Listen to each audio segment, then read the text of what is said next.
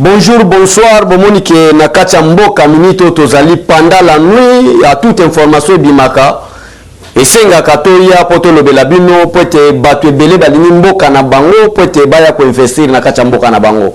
Tant bazo ka ke moi mutu mobo médiocre azolo ba militaire bazo futa mamalamu te moi ba juge mobo e ba komi mikolo peut-être troisième âge zo pousser bango ba raisonner sous bien te ba lo ba n'importe quoi. Voilà, bah raison pour ça kabiso keto ya na liboso na bino pour peuple au ba pesa biso confiance partout dans le monde. Bas à la rassurer qu'est-ce qui se passe en République démocratique du Congo. Parce que na kacha ba congolais ba congolais ba mesana kaka koza babiloko oyo eza ya mabe. Ya malamu o mutu azo sala majorité ba congolais ba linga kolanda ngote. Lelo na zaka na deux choses na linga partager na bino, c'est-à-dire des informations. La première information c'est quoi? C'est la demande de la Cour constitutionnelle pour surseoir les dossiers de Vital Kamerhe. Babenyango, balobi ke ezali défini dans l'article 162. Yangona bozomona en ma présence ici devant vous, j'ai la constitution qu'on va lire ensemble avec vous. C'est quoi? Qu'est-ce que l'article 162 de la constitution parle? Point est le premier élément. Deuxième élément, tolingito sur la déclaration à Jeannette Kabila. Dès ma passe na mondo babotama na babisika différent mibale. Moi si abotami na manono, mobali abotami na fils me babe na baoba na mapasa. Tokoloba ya kubanga ezate peuple boza la calme. Commençons par moko to banda na dossier etali bongo cour constitutionnelle par rapport à dossier Vital Kamerhe. Du fait que mbongo baliaki peut-être ba confirmer destitution à Jean-Marc Kabunda Kabunda. Ba eko sutuka mbongo balie mais agent en air na bango Vital Kamerhe auprès du président de la République ba eko sutuka na retard. Ah! Tokanisa ki ke cour ba kolia mbongo te mais du fait que balie mbongo to ba kisaka mbongo pote ba somba dossier Kamerhe azala quitté. Ya wana bomoni partout na Babukavu, na Bagoma, awa balinga basala même au point de presse bakata ni babuka ni makolo.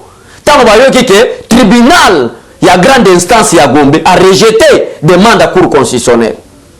Na kota gamba la mo peuple na biso bayeba parce que partout dans le monde et ningisi mokili awa na niveau à Kinshasa et ningisi ba télévision kolobete Cour constitutionnelle a sengi dossier à Kamerhe pour être libéré. Alors bata Kamerhe peut le kola bazana bassesse politique. Je parle bien de la bassesse politique. Basali va communiquer pour la kobengi sabatu kolobaki boya Kamerhe ko bima basali mobilisation tina bagoma bossa la sous point de presse.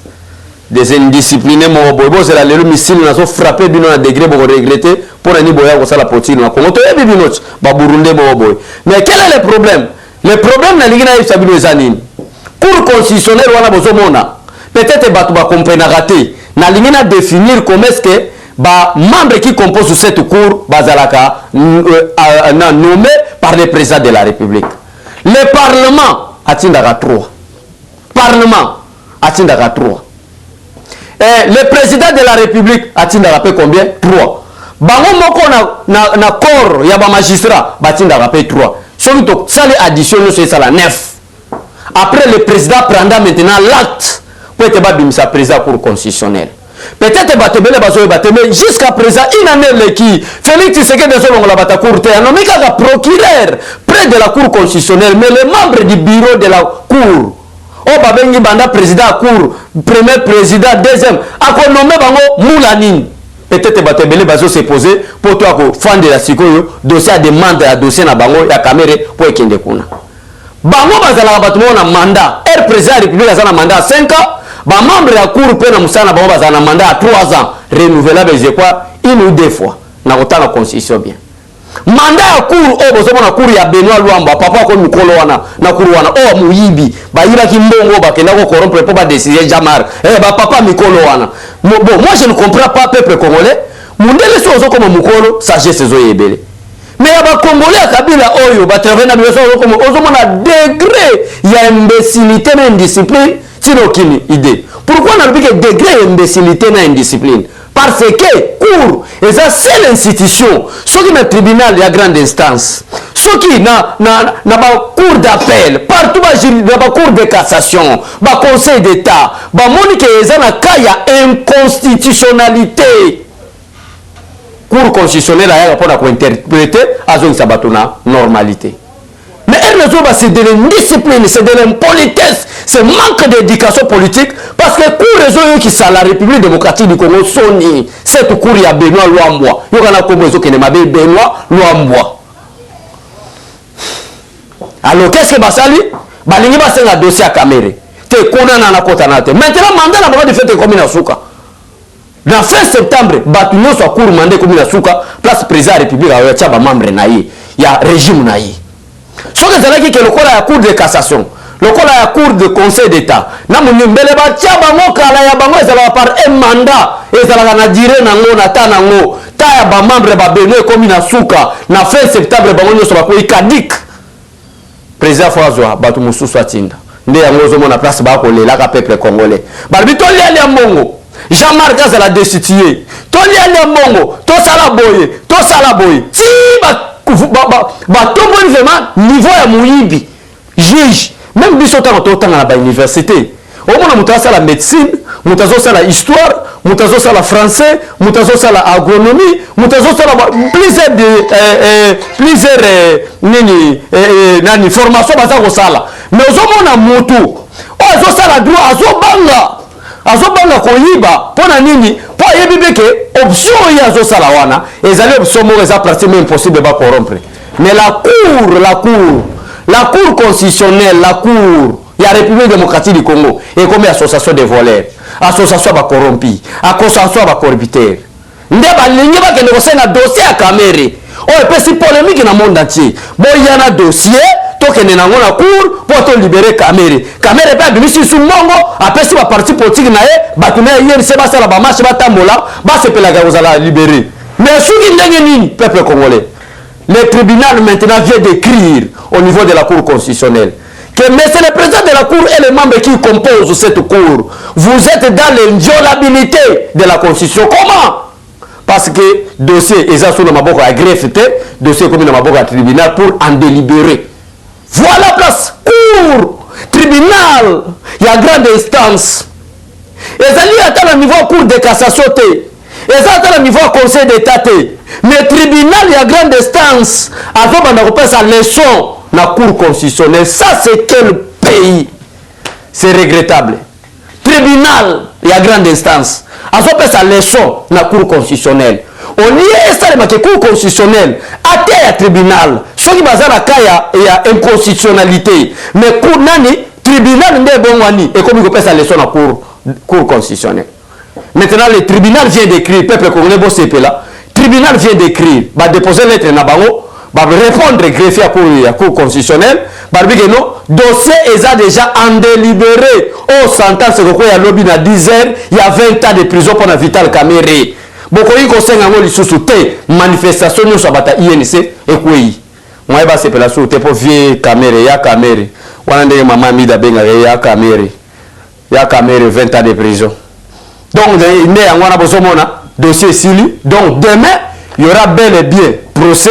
Il y a Vital Caméré place condamné pendant 10 ans. Pourquoi? Pendant 20 ans plutôt. 10 ans, c'est bon, Limbisa. Mouno Libakou n'a eu que les paiements à mon konanga. Mouno Libakou, 20 ans. Quand tu sais que la volonté d'un président à tribunal, n'a rien à violer la constitution, n'a pas 50 ans pour pouvoir en balamoko. Donc, pour la Sabinoni, voleur, va y avoir la mawate. En offre de l'INC, votre leader, c'était grand voleur. Donc moi je suis condamné pour être abattu qui mouille des alarmabé. Total la place ya cour qui infraction ça c'est la constitution là, c'est l'article 162. Total calmement bolanda na tribunal na cour na raison déjà la petite réponse na raison et zali bata tribunal parce que tribunal a transféré les dossiers à Teibango avec dossier et ça sous na maboko il y a greffe greffier dossier comme na maboko à tribunal pour balinga délibérer lobby déjà na 10 heures donc cour constitutionnelle à quoi na kati lettre cour constitutionnelle bazo comment conformément à l'article 162 article 162 pendant la constitution na maboko to limite tanga na peuple congolais ensemble que dit l'article 162 de la constitution.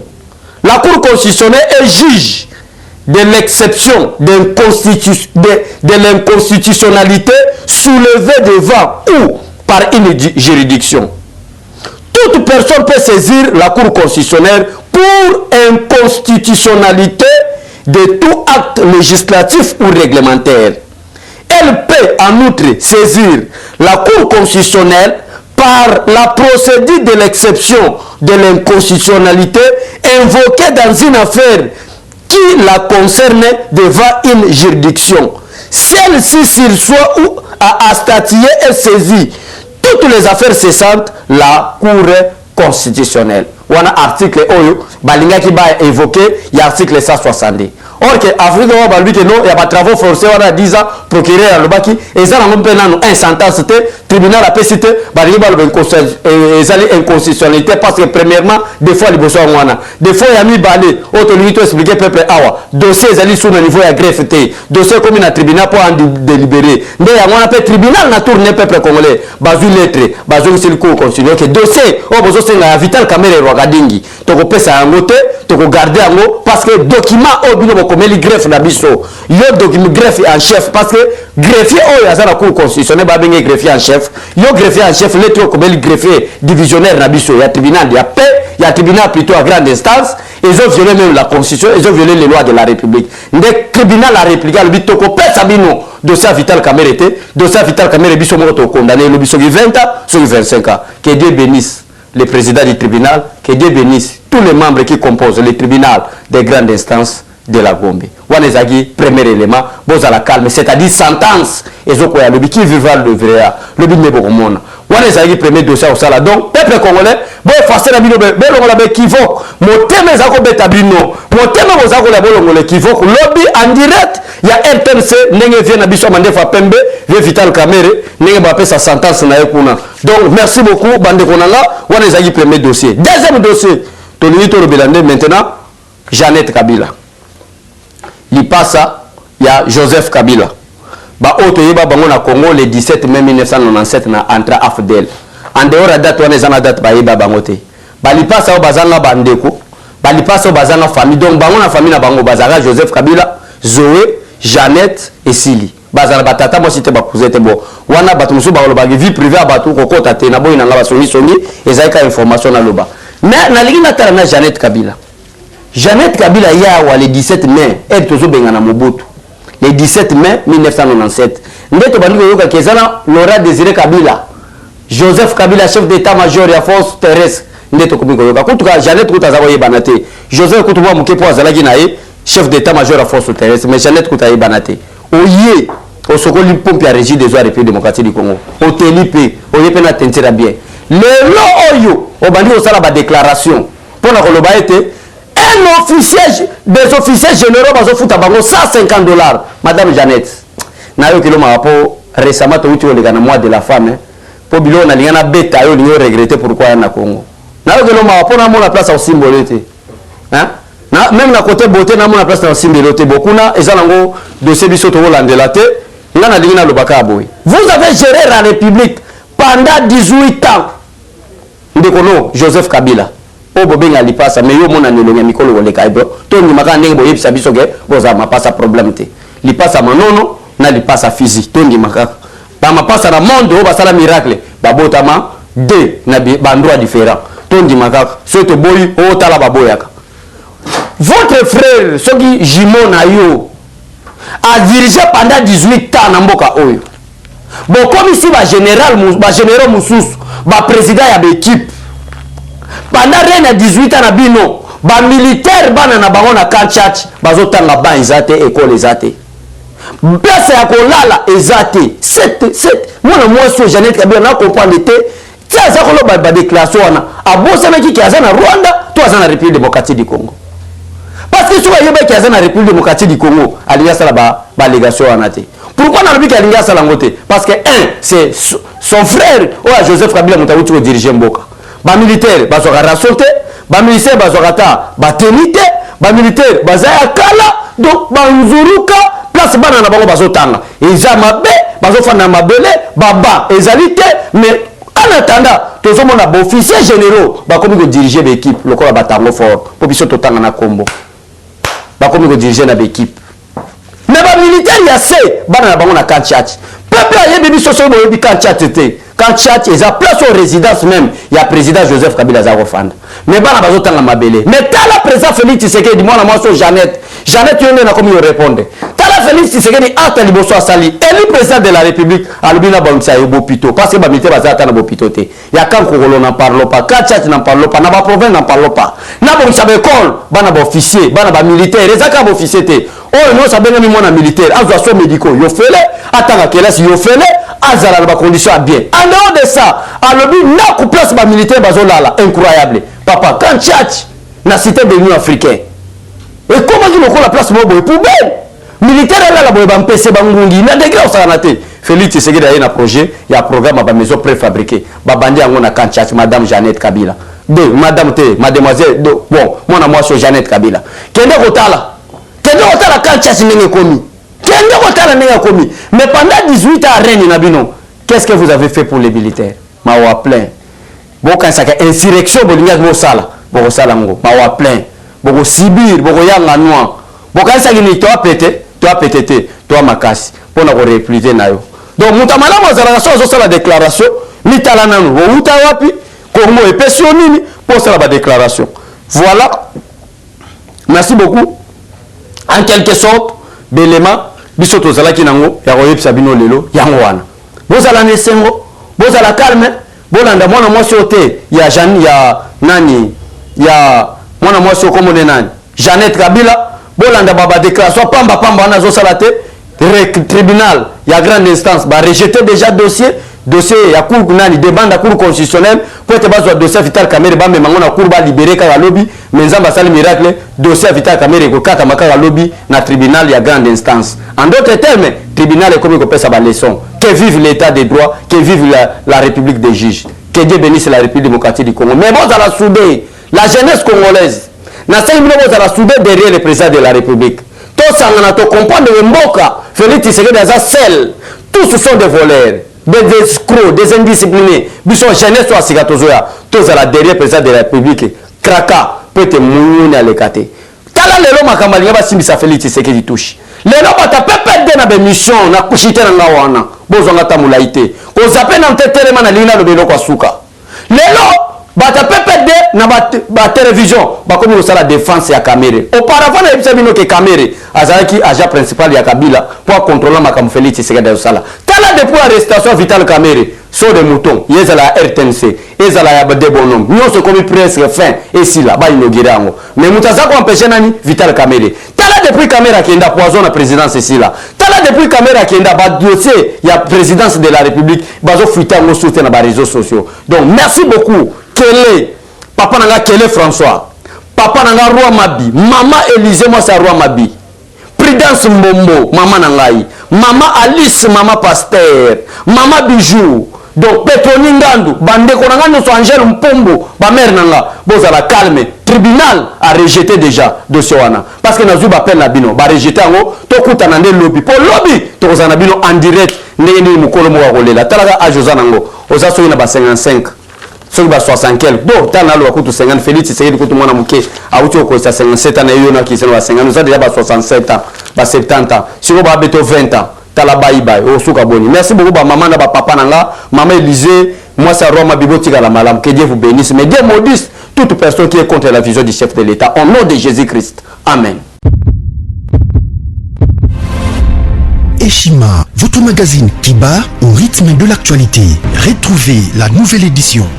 Exclusivité, l'an 1 des Basseyane Nanga. Métamorphose et décollage de la province du Haut-Ouélé. À la manœuvre, Christophe Nanga. Avec abnégation et patriotisme, les gouverneurs Basseyane est déterminé à lancer la province du Haut-Ouélé sur la voie du développement intégré. Interview, prise en charge des malades, la maîtrise de la propagation du coronavirus. Docteur Eteni répond à toutes les questions. Économie, la baisse des prix, les combats permanents d'Acacia, Bandoubola. Dossier Eshima, mécanisme national des suivis historiques et réalisations. Focus, Sele Yalagouli propose des nouveaux paradigmes de développement indispensables à la relance de l'économie. Nation, championne du social, Agnès Mouad Nawej et la CNSS offrent $1 million dans la lutte contre la pandémie Covid-19. Moussa Mondo sensibilise et prend en charge des personnes vulnérables. parité. Olive Lembe Kabila, modèle de générosité et d'entrepreneuriat féminin. Afrique, un déconfinement aux multiples facettes. Retrouvez l'intégralité du magazine Eshima dans les kiosques. Eshima Magazine, un nouveau standard d'information.